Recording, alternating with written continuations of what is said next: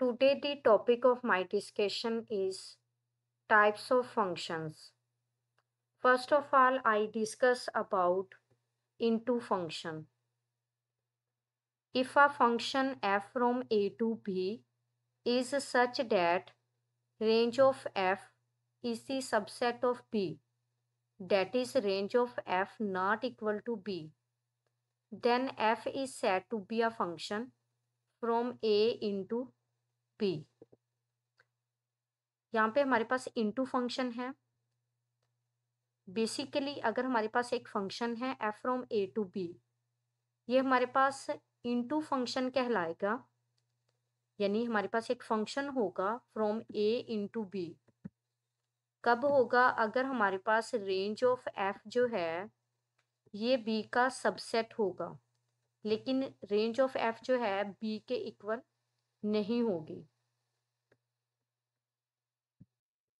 यानी हमारे पास सेट बी का कम से कम एक एलिमेंट ऐसा होना चाहिए जो कि रेंज ऑफ एफ में ना हो. तब हमारे पास फंक्शन जो है वो इनटू फंक्शन कहलाएगा. अब देखें एग्जाम्पल में हमारे पास एक फंक्शन है फ्रॉम ए टू बी. 1 जो है वो रिलेट कर रहा है 2 से, 3 जो है वो रिलेट कर रहा है 4 से, 5 जो है वो रिलेट कर रहा है 6 से. यानी 1 2 के साथ रिलेट कर रहा है, 3 4 के साथ रिलेट कर रहा है और 5 जो है वो 6 के साथ रिलेट कर रहा है. अब देखिए हमारे पास सेट बी का एक ऐसा एलिमेंट है जो कि ए के किसी भी एलिमेंट का इमेज नहीं है. यानी कि ए का कोई भी एक ऐसा एलिमेंट नहीं है जो ए से रिलेट कर रहा हो. यानी 8 जो है ये हमारे पास बी से यानी कोड मेन से तो बिलोंग कर रहा है, लेकिन ये जो है हमारे पास रेंज ऑफ एफ से बिलोंग नहीं कर रहा. तो इसका मतलब है रेंज ऑफ एफ जो है ये हमारे पास बी के इक्वल नहीं है. अगर रेंज ऑफ एफ बी के इक्वल नहीं है तो इसका मतलब ये फंक्शन हमारे पास इनटू फंक्शन है.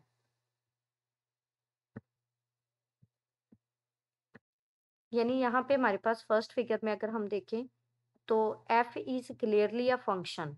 एफ हमारे पास फंक्शन तो है, बट रेंज ऑफ एफ जो है वो बी के इक्वल सेट बी के इक्वल नहीं है. यानी कोड मेन के इक्वल नहीं है. अगर रेंज ऑफ एफ जो है वो कोड मेन के इक्वल नहीं है तो इसका मतलब है कि एफ जो है ये हमारे पास फंक्शन होगा फ्रॉम ए इंटू बी. अगर हम सिंपल वर्डिंग में बात करें तो इनटू फंक्शन हमारे पास वो वाला फंक्शन होगा जिसमें रेंज जो है वो बेसिकली सेट बी के इक्वल नहीं होगी.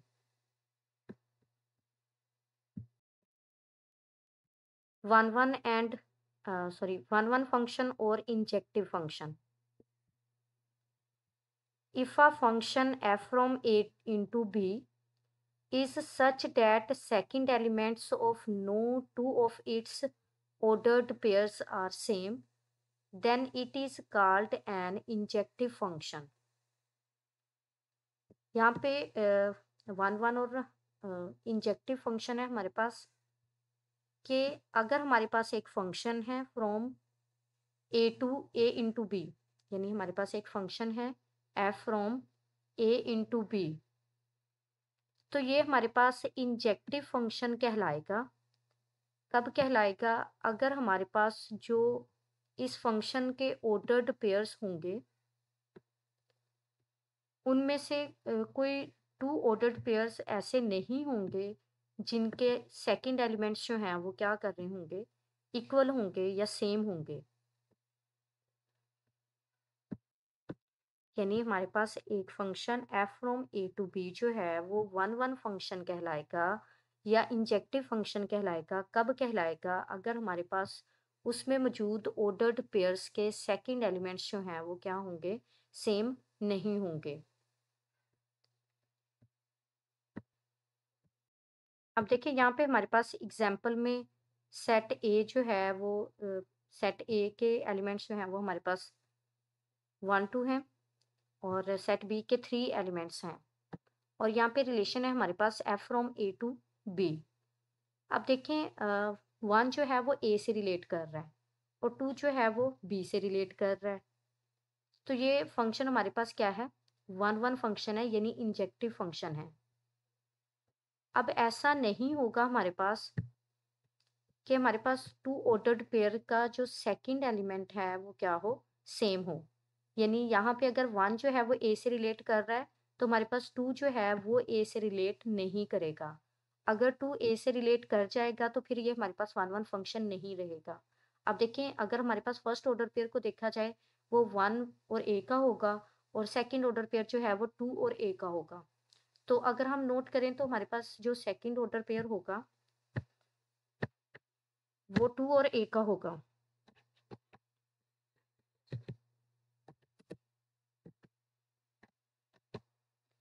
तो अगर हम इस चीज को नोट करें कि यहाँ पे हमारे पास जो है, यहाँ पे सेकंड एलिमेंट ए है और यहाँ पे भी सेकंड एलिमेंट ए है, तो इसका मतलब है कि ये हमारे पास फिर वन वन फंक्शन नहीं रहेगा। अगर हमारे पास यूनिक इमेज होगा तब ये वन वन फंक्शन होगा, यानी हर एलिमेंट का एक डिस्टिंक्ट इमेज होगा, यानी सेम इमेजेस नहीं होंगे। अब यहाँ पे देखें ए इमेज है और यहाँ पे भी ए है, तो इसका मतलब है कि ये हमारे पास जो है वन वन फंक्शन नहीं होगा। यानी वन वन फंक्शन के लिए जरूरी है कि हमारे पास यूनिक इमेज हो, सेम इमेजेस ना हो। यानी अगर यहाँ पे ए में हमारे पास एक थर्ड एलिमेंट भी होता, तो उसने जो है वो सी से रिलेट करना था, उसने ए के साथ या बी के साथ रिलेट नहीं करना था। अगर वो ए और बी के साथ रिलेट करता तो फिर ये हमारे पास वन वन फंक्शन नहीं था होना। अब देखें, अगर यहाँ पे थर्ड एलिमेंट भी होता तो उसने इसके थर्ड एलिमेंट से रिलेट करना था, जो पहले से इमेजेस हैं उनके साथ रिलेट नहीं करना था। अगर हम यहाँ पे सिंपल वर्डिंग पे देखें तो हमारे पास वन वन फंक्शन या फिर इंजेक्टिव फंक्शन एक ऐसा फंक्शन होगा जिसमें हमारे पास डिस्टिंक्ट इमेजेस जो हैं वो डिस्टिंक्ट एलिमेंट के लिए होंगे। यानी हमारे पास डिस्टिंक्ट एलिमेंट जो हैं वो डिस्टिंक्ट इमेजेस ही अवेल करेंगे, हमारे पास इमेजेस उनके सेम नहीं होंगे। ऑन टू फंक्शन और surjective function. If a function f from a to b is such that range of f is equal to b, that is every element of b is the image of some element of a, then f is called an onto function or surjective function। यानी कि हमारे पास onto function या फिर surjective function, अगर हमारे पास एक function है f from a to b, ये हमारे पास फंक्शन जो है f जो है ये ऑन टू फंक्शन कहलाएगा या फिर सब्जेक्टिव फंक्शन कहलाएगा।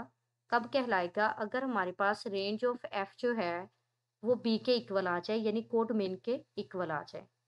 अब देखिए, इनटू फंक्शन में हमने ये देखा था कि हमारे पास रेंज ऑफ f जो है वो b के इक्वल नहीं थी। अगर रेंज ऑफ f हमारे पास b के इक्वल नहीं होगी तो वो फंक्शन हमारे पास इनटू फंक्शन था। और ऐसा फंक्शन जिसमें रेंज ऑफ f जो है वो सारे के सारे b के ही इक्वल आ जाए, तो वो हमारे पास फंक्शन जो है वो ऑन टू फंक्शन या फिर सर्जेक्टिव फंक्शन कहलाता है। यानी every element of b is the image of some element of a, यानी सेट का हर एलिमेंट जो है वो सेट b के सम एलिमेंट्स का इमेज होना चाहिए।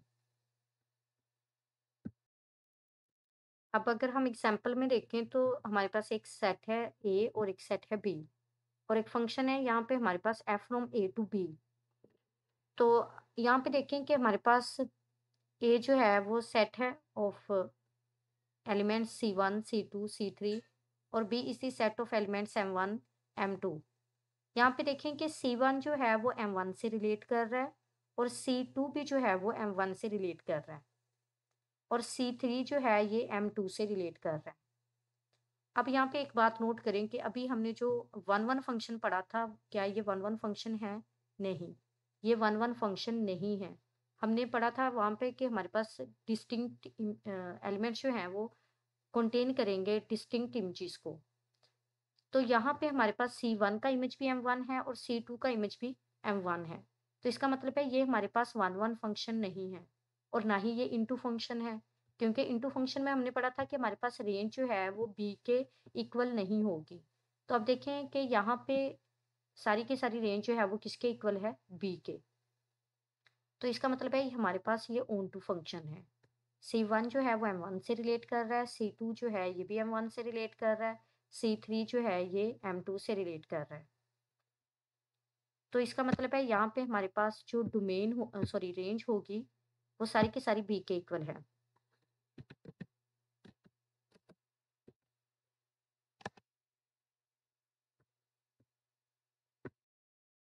अब देखिए यहाँ पे हमारे पास रेंज ऑफ एफ जो है वो बेसिकली सेट है ऑफ M1 एंड M2, और जो कि हमारे पास सेट बी के इक्वल है। अगर range of f set b के ही इक्वल आ जाए तो ये फंक्शन हमारे पास ऑन टू फंक्शन या फिर सर्जेक्टिव फंक्शन कहलाएगा। One one and onto function और bijective function. A function f from a to b is said to be a bijective function if it is both 1 1 and onto. Such a function is also called 1 1 correspondence between the sets a and b. यानी हमारे पास एक function f from a to b, ये function हमारे पास bijective function या फिर 1 1 and onto function कहलाएगा if it is both 1 1 and onto, अगर ये 1 1 भी होगा और ऑन टू भी होगा। 1 1 में हमने देखा था कि हमारे पास distinct elements have distinct images, यानी कि हमारे पास टू एलिमेंट्स के सेम इमेजेस नहीं होंगे। और ऑन टू में हमने देखा था कि हमारे पास रेंज ऑफ एफ जो है वो सारी की सारी बी के इक्वल आ जाएगी। तो ऐसा फंक्शन जिसमें हमारे पास distinct element have distinct images, तो और साथ में हमारे पास सारी की सारी रेंज जो है वो फंक्शन की कोडोमेन के ही इक्वल आ जाए, कोडोमेन से मुराद बी के ही इक्वल आ जाए, तो ये फंक्शन हमारे पास बाइजेक्टिव फंक्शन या फिर 1 1 एंड ऑन टू फंक्शन कहलाएगा। क्योंकि इसमें हमारे पास 1 1 क्रॉसपोंडेंस होती है between the sets a and b. अब यहाँ पे हमारे पास एग्जाम्पल्स में है, एक सेट ए है और एक सेट बी है। यहाँ पे फंक्शन हमारे पास है फ्रॉम ए टू बी। अब देखिए यहाँ पे ए जो है वो जी से रिलेट कर रहा है, बी जो है वो एक्स से रिलेट कर रहा है, और सी जो है ये वाई से रिलेट कर रहा है। हमारे पास ऐसे टू एलिमेंट्स नहीं है जिनका सेम इमेज हो, यानी कि हर एलिमेंट का डिस्टिंक्ट इमेज है। तो अब ऐसा भी नहीं है हमारे पास कि बी का कोई एक ऐसा एलिमेंट है जो किसी ए के किसी भी एलिमेंट का इमेज ना हो, यानी कि बी के सारे एलिमेंट का प्री इमेजेस हैं ए में,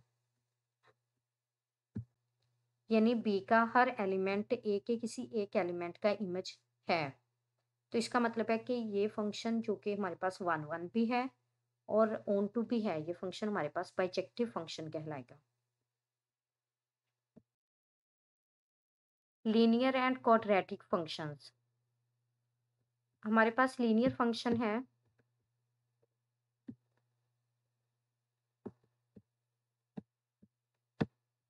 the function in this form.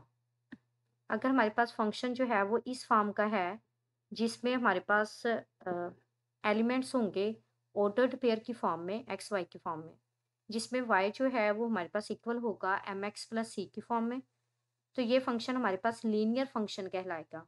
और ऐसा फंक्शन जो कि लीनियर फंक्शन हो उसका ग्राफ बेसिकली हमारे पास एक स्ट्रेट लाइन में बनता है, यानी y is equal to M X plus C, ये हमारे पास एक लीनियर इक्वेशन है ना, तो इससे जो फंक्शन फॉर्म करेंगे हम वो लीनियर फंक्शन कहलाएगा, और इससे जो ग्राफ बनेगा वो बेसिकली एक स्ट्रेट लाइन की फॉर्म में बनेगा। यानी हमारे पास y is equal to M X plus C जो है वो एक स्ट्रेट लाइन को रिप्रेजेंट करेगा, अगर हम इसे ग्राफिकली रिप्रेजेंटेशन इसकी देखें। इसी तरह the function of the form जिसमें हमारे पास एक्स वाई ऑर्डर्ड पेयर होंगे और y जो है वो A X square plus B X plus C की फॉर्म में होगा। तो ऐसा फंक्शन जो इस तरह से फॉर्म किया जाए वो हमारे पास क्वाड्रेटिक फंक्शन कहलाएगा। और जो क्वाड्रेटिक फंक्शन होता है उसकी जो फॉर्म है, यानी ग्राफिकली अगर हम उसे रिप्रेजेंट करते हैं तो वो स्ट्रेट लाइन ही होगी। अगर एक्स स्क्वायर फंक्शन इन्वॉल्व है तो वो पैराबोलिक हो सकता है हमारे पास। यहाँ पे हमारे पास एग्जांपल नंबर 10 है। If f of x is equal to 2x minus 1 and g of x is equal to x square minus 3, then find f of 1, f of minus 3 and f of 7, and then g of 1, g of minus 3 and g of 4। तो देखिए हमारे पास function f of x जो है ये किसके equal है? 2x minus 1 के। तो फर्स्ट ऑफ ऑल हमें जो है वो f of 1 फाइंड आउट करना है, यानी x की जगह जो है वो हमने 1 को पुट करना है। जब हम f of 1 फाइंड करेंगे तो x के लिए 1 पुट करेंगे, तो यहाँ पे हमारे पास 2 इंटू 1 और फिर माइनस 1 जो है ये किसके इक्वल होगा? 1 के। इसी तरह एफ ऑफ 7 फाइंड करने के लिए हमारे पास, सॉरी, एफ ऑफ 3 फाइंड करने के लिए एक्स की जगह हम 3 पुट करेंगे, और जब एक्स की जगह हम 3 पुट करेंगे तो यहाँ से हमारे पास माइनस 3 टू ज़ा 6, माइनस 6 माइनस 1 ये किसके इक्वल आ जाएगा? माइनस 7 के। इसी तरह एफ ऑफ 7 जो है वो 13 के इक्वल आएगा। जी ऑफ 1 यानी एक्स की जगह जी में हम जो है वो 1 पुट करेंगे, तो 1 पुट करेंगे तो यहाँ पे हमारे पास जी ऑफ 1 जो है ये इक्वल होगा 1 स्क्वायर माइनस 3 के, और 1 स्क्वायर माइनस 3 जो है ये हमारे पास इक्वल होगा, यहाँ पे माइनस 2 आएगा। यानी अगर हम 1 माइनस 3 करते हैं तो ये माइनस 2 के इक्वल होगा। इसी तरह जी ऑफ माइनस 3 जो है ये हमारे पास इक्वल होगा 6 के, और जी ऑफ 4 जो है ये हमारे पास इक्वल होगा 13 के। Example number 11, consider f of x is equal to ax plus b plus 3, where a and b are constant numbers. If f of 1 is equal to 4 and f of 5 is equal to 9, then find the value of a and b। यहाँ पे हमारे पास एक function given है f of x is equal to ax plus b plus 3। यहाँ पे हमारे पास a और b जो है ये कोई ना कोई कांस्टेंट नंबर्स हैं, और हमें कंडीशंस दी गई हैं कि एफ ऑफ 1 अगर हमारे पास 4 के इक्वल है और एफ ऑफ 5 जो है ये 9 के इक्वल है, तो हमें ए और बी की जो है वैल्यू है वो फाइंड आउट करनी है। तो अब देखें गिवन फंक्शन हमारे पास ये है f of x is equal to a x plus b plus 3।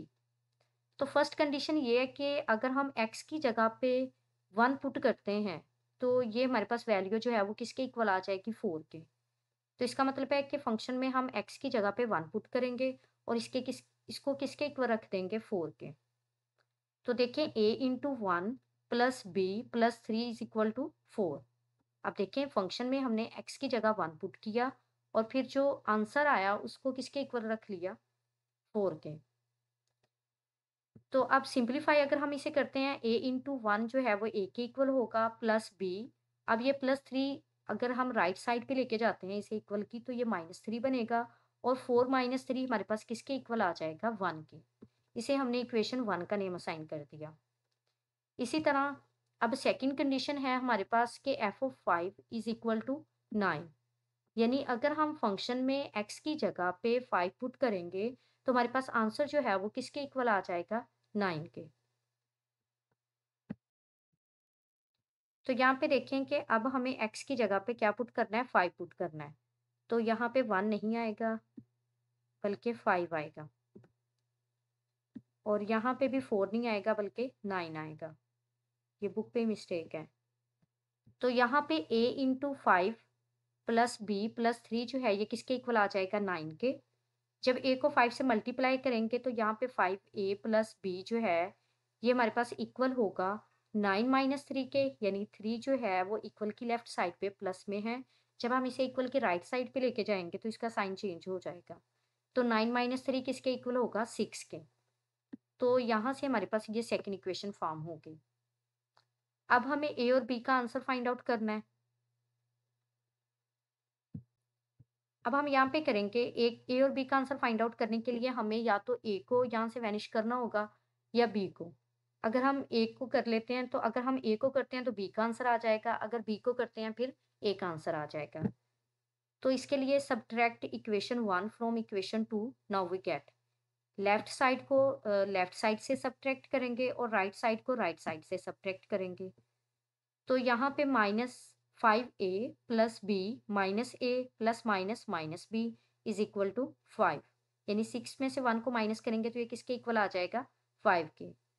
तो यहाँ से हमारे पास प्लस माइनस माइनस होगा, तो 5a में से 1a माइनस करेंगे तो ये 4a के इक्वल होगा। और इसी तरह यहाँ पे भी प्लस माइनस माइनस होगा, b में से b को माइनस करेंगे तो ये दोनों कट जाएंगे, यानी 0 के इक्वल होंगे।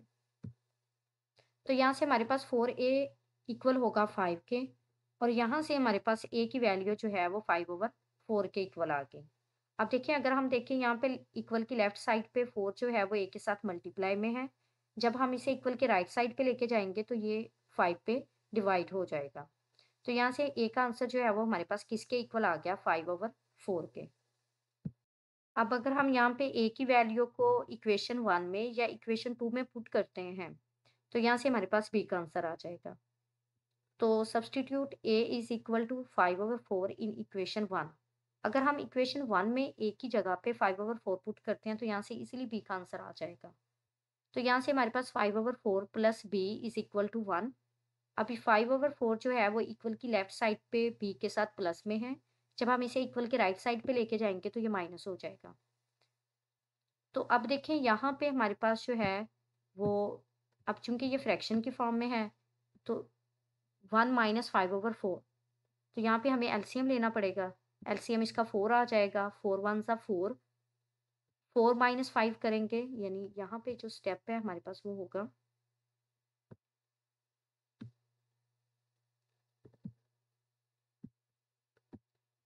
यहाँ पे एलसीएम में हमारे पास 4 आ जाएगा। तो यहाँ पे 4 1 सा 4 माइनस 5, तो 4 माइनस 5 जो है ये हमारे पास किसके इक्वल होगा, -1 के। तो यहाँ से हमारे पास आंसर जो है वो किसके इक्वल आ जाएगा, -1/4 के। तो ये हमारे पास b की वैल्यू आ गई है, a की हम पहले फाइंड आउट कर चुके हैं।